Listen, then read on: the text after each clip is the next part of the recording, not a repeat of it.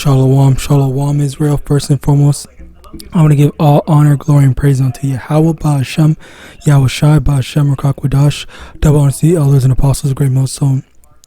And shalom to my YAHAWAH who are diligently waiting to be delivered from this final captivity. This is Brother Kawakab coming at you with another lesson. Proverbs chapter 16, verse 18. Pride goeth before destruction, and an haughty spirit before fall. And actually, you know what? Right before I started recording, I just closed out a tab from something that I just remembered. And you know, funnily enough, it can be squeezed into this lesson, because I was thinking about this. Well, this lesson is about the pride of Esau Edom, and the thing about this is, or the funny thing about this is, like, in a way, it's applicable, because what's his name, Elon Musk, was trying to talk about it within, I think he said, either 2 years or something like that. He sees Neuralink Neuralink possibly, or I think he said definitively, giving people superpowers like super strength and stuff like that. Basically, from this crap from all these like Marvel movies and stuff like that, where you have Captain America, who was supposed to be some scrawny weak kid, and then they gave him some steroids to turn into some big buff dude and whatnot.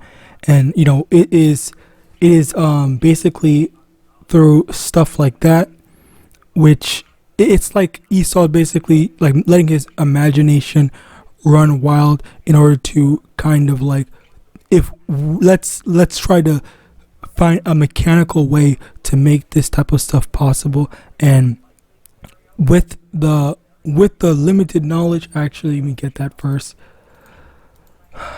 Okay.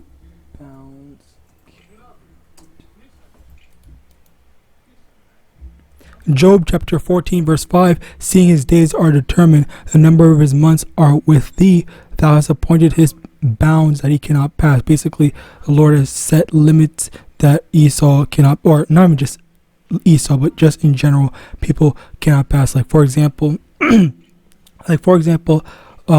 being able to search the entirety of the depths of the sea, because apparently there was a submarine tank, whatever, that was made to be able to reach lower depths of the sea.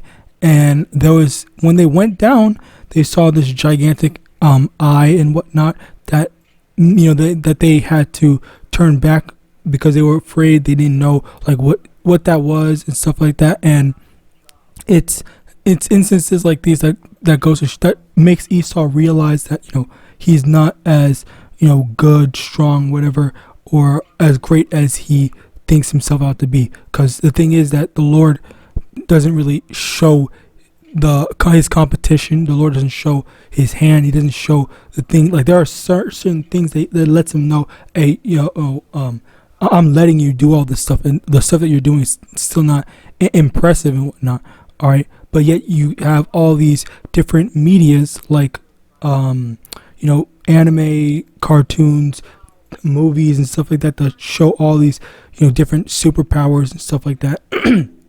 Also, Esau, with all those medias, you have stuff like I think Infinity War and / Endgame, where Esau's like trying to push out his like philosophical freaking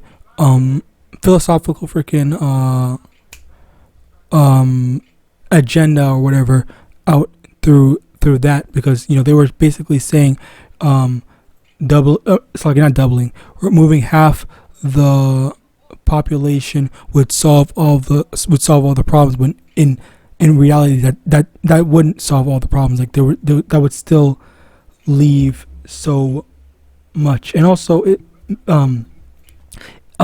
it's oftentimes like that is making that Esau is really trying to push out his own, his own views, and trying to make him seem like, or his morality. All right, because a confirmation to that was, I think, Jack Kirby and that one dude, Stanley. I think Stanley's dead now, but they were talking about Galactus and Silver Surfer, and how Stanley said that he doesn't want anyone doing the dialogue for Silver Surfer. He said that Silver Surfer is someone that he personally works with by himself, because he has so much love for him. He loves that character. He feels like he's such a hero and stuff like that. So like you have this large set of pride, which also his imagination, where they make these different characters, which leads me to this, all right, because this is an example of like letting their imagination run wild. Okay, so with this character Shazam, which is not a Marvel character, by the way, this character Shazam, he basically has the powers of quote unquote 6 different gods, but in actuality, well, I guess technically, if you want to call it that, is, I guess, technicality 6. But basically, the thing about Shazam is it is an example of letting their imagination run wild and trying to attain something that they can't attain. All right, or trying to imagine what it would be like if they didn't have any limits and stuff like that. And this is an example of that, because one thing that I noticed about this is that this, with Shazam specifically, it says the Shazam thing is an acronym. It's for the six names of Slocky. I just remembered something funny. It's 6 names of different gods and stuff like that. But the thing is that these 6 different gods, and first off, in the DC universe, apparently all gods exist. Like the Greek mythology and the God of the Bible exists at the same time, which is highly just like straight up contradictory. That's number one. But at the same time, there comes a level of major disrespect to put I guess specifically Solomon. Well, yes, Solomon / Yahweh, or I guess God the God of the Bible, on the same level as these other Greek gods. Which again, like this is where they just let their imagination run wild, because they want the wisdom of Solomon, the wisdom of YAHAWAH. They want the strength of all these other fake gods and stuff like that. They want all these different sources of strength, but and in actuality they can never actually have it. Okay, which is why they make these shows and medias and whatnot to kind of like live through that stuff. Which is also why I think more recently, compared to anything else, it's been a bit more common for people to. I forgot. I think it was when Dragon Ball Super or something like that. That's when media started to kind of like add on. Oh, this character has godly powers and stuff like that a bit more frequently, which personally, I personally don't like it. There is Black Myth Wukong. I would say God of War has been out way before that, but just in general, like they always like put these different gods in stuff like that. And also the things that they make the gods vulnerable. They make the gods able to die when gods shouldn't be able to die. But of course, like this is Esau's thing, and Esau wants to be able to kill a god / the God of the Bible, simply because Esau knows that his time is short and the Lord's going to destroy him, as it says in Obadiah verse 18. So continuing on, Obadiah verse 3, the pride of thine heart hath deceived thee, thou that dwellest in the clefts of the rock, whose habitation is high, that saith in his heart, who shall bring me down to the ground. So this is a very big thing, all right, which it's a very prideful thing, where they have number one, they have their imagination. They try to have these different concepts of power, like Yahawah, these the Greek gods, whatever whatever mythology. All right, I think that one dude, Achilles. All right, Achilles, I think, was invulnerable everywhere except except his Achilles heel, where that was his only weak point. All right, and it's stuff like this that kind of goes to show. It's stuff like this that kind of goes to show how Esau wants to be in that sea. He wishes that he was basically that strong, or the epitome of strength, as it is with this. Let's go here. Ezekiel chapter 28 from the top. The word of the Lord came again unto me, saying, Son of man, say unto the prince of Tyrus, thus saith the Lord Yahawah, because thine heart is lifted up, and thou hast said, I am a God. I sit in the seat of Yahawah in the midst of the seas, yet thou art a man, and not Yahawah, though thou set thine heart as the heart of Yahawah. Behold, thou art wiser than Daniel. There is no secret that can hide from thee. With thy wisdom and with thine understanding thou hast gotten thee riches, and hast gotten gold and silver into thy treasures. By thy great wisdom and by thy traffic hast thou increased thy riches, and thine heart is lifted up because of thy riches. Therefore thus saith the Lord Yahawah, because thou hast set thine heart as the heart of Yahawah. Verse 7. Behold, therefore I will bring strangers upon thee, the terrible of the nations, and they shall draw their swords against the beauty of thy wisdom, and they shall defile thy brightness. Okay, so basically, this is in this. I bit my tongue. In this one example, there's a prince that was basically saying that they were YAHAWASHI. They were on top. They were the Most High and all that stuff. And the Lord YAHAWASHI put the spirit on other nations to go and basically humble him / kill him.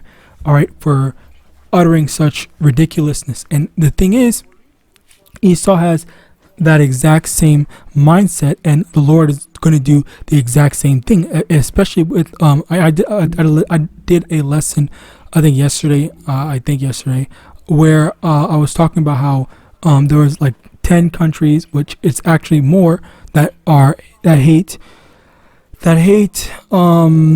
America right now, and America is just making enemies. Or literally everybody hates America right now because of Trump, basically pissing them off, saying, "Oh, I'm gonna make tariffs. You guys aren't spending enough money, blah blah, and whatnot." So, with that being said, this is where we are. This is where we're at. We're leading more into prophecy, where there's gonna be war, and there's going to be nations gathering together to take Esau down. All right. Now, I'm not going to read all this, but I'm just going to read the important parts. Isaiah chapter 2, verse 12. For the day of the Lord of hosts shall be upon everyone that is proud and lofty, and upon everyone that is lifted up, and he shall be brought low, and upon all the cedars of Lebanon that are high and lifted up, and upon all the oaks of Bashan, and upon... Okay, well, let me just get to the point, as I said before. Verse 17.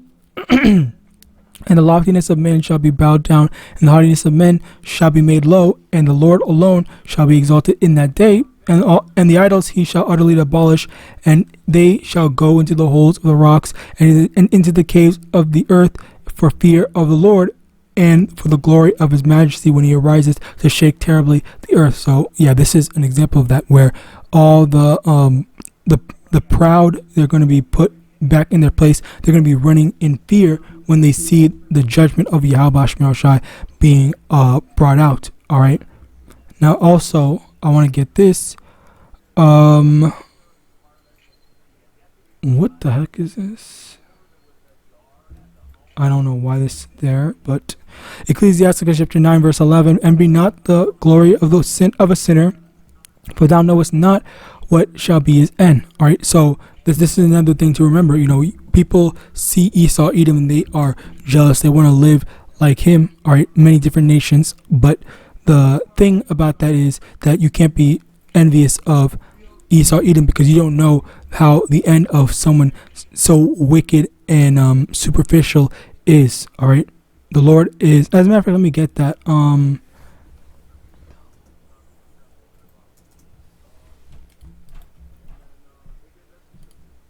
Let me just get it.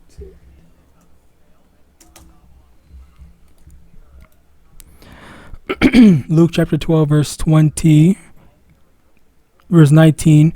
And I will say to my soul, soul, thou hast much goods laid up for many years. Take thine ease, eat, drink, and be merry. But Yahweh said unto him, thou fool, this night thy soul shall be required of thee. Then who shall those things be which thou hast provided? So is he that layeth up treasure for himself and is not rich towards Yahweh. All right, so, it's very easily, if you are only relying on yourself and you dismiss pleasing YAHAWASHI, then that's when your life is as delicate as anything. Your life is as delicate as an ant, because the Lord can literally kill you as if you were an ant, and acknowledge that ants, when ants are in the presence of humans, it's literally up to the discretion of said human whether that ant gets to live. All right, it's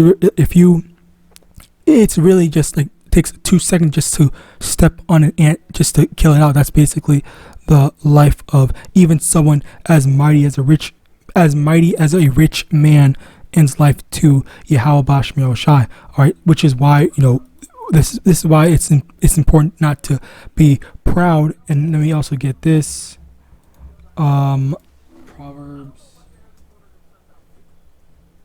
Proverbs 30, verse 8. Remove far from me vanity and lies. Give me neither poverty nor riches. Feed me with food convenient for me. Verse 9. Lest I be full and deny thee, and say, who is the Lord? Or lest I be poor and steal and take the name of my Lord in vain. So the main thing over here is verse 9. Over here, the first half is, lest I be full and deny thee. So when you have money, you get a false sense of security, a false sense of power, where who's gonna stop me, just as Esau has, as we read in Obadiah verse 3, okay, where it says no one can stop me. I'm at the top. I'm at the top of my game. I'm in my prime. I'm freaking whatever. All right. And as a result of that, Job chapter 9 verse 24, the earth is given to the hand of the wicked. He covered the face of the judges thereof. If not, where and who is he? And this also signifies who is currently ruling right now, which is the wicked Esau. And as a result of that, he has such great pride. He doesn't care about what's right and what's wrong, and that's why he's been basically abusing the people, number one, and abusing abusing his power, getting away with doing so much. Because the thing is, if you actually take note and see like the stuff that's going on, lots of people do get in trouble for certain laws that they break. But as a matter of fact, let me get that as well. Psalm 73.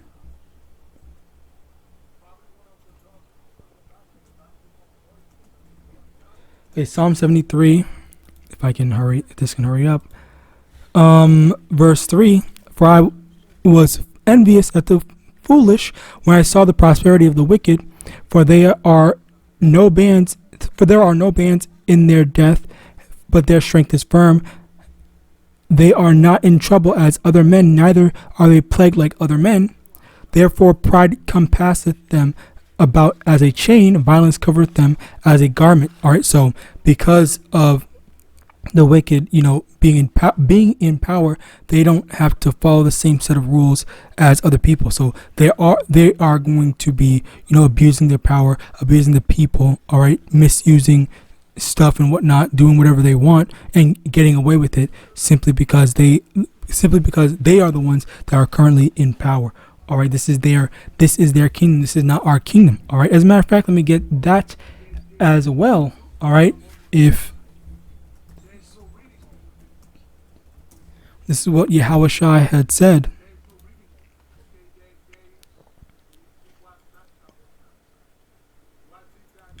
John chapter 18 verse 36, Yahawashi answered, my kingdom is not of this world. If my kingdom were of this world, then would my servants fight that I should not be delivered to the Jews, but now is my kingdom not from hence. Okay, so Yahawashi said, if this was his kingdom, if this was his world and whatnot, then his servants wouldn't have allowed him to have been delivered. All right, and as a matter of fact, even with that, basically he just wouldn't have been delivered. He wouldn't have been crucified. All right, but Yahawashi is basically letting us know that this is not our kingdom. It's not our. Let me get that as well. Slovakia.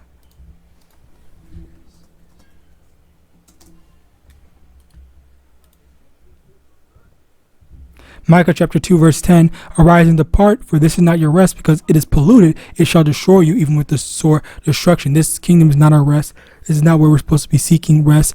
It is polluted as in like it has it's filthy with the blood of the Israelites, and you don't want to be partaking in that. All right, of course we do partake for the sake of we have to, necessity, but outside that it's not, you don't try to like oh, this is my home, these are my people and stuff like that, because this is not our people. Psalm chapter 35 verse 8, let destruction come upon him at unawares, and let his net that he hath hid catch himself into that very destruction, let him fall. And basically at the end of the day, Esau is leading himself into his own trap, his own destruction. All right, which the Lord basically put the spirit on him to screw himself over. So with that, I pray this lesson was edifying. I want to give all honor, glory, and praise unto YAHAWAH, BA'Hashem, YAHAWASHI, BA'Hashem, YAHAWADAH, that belongs to the elders and apostles of Great Millstone, above the ball, and Shalom.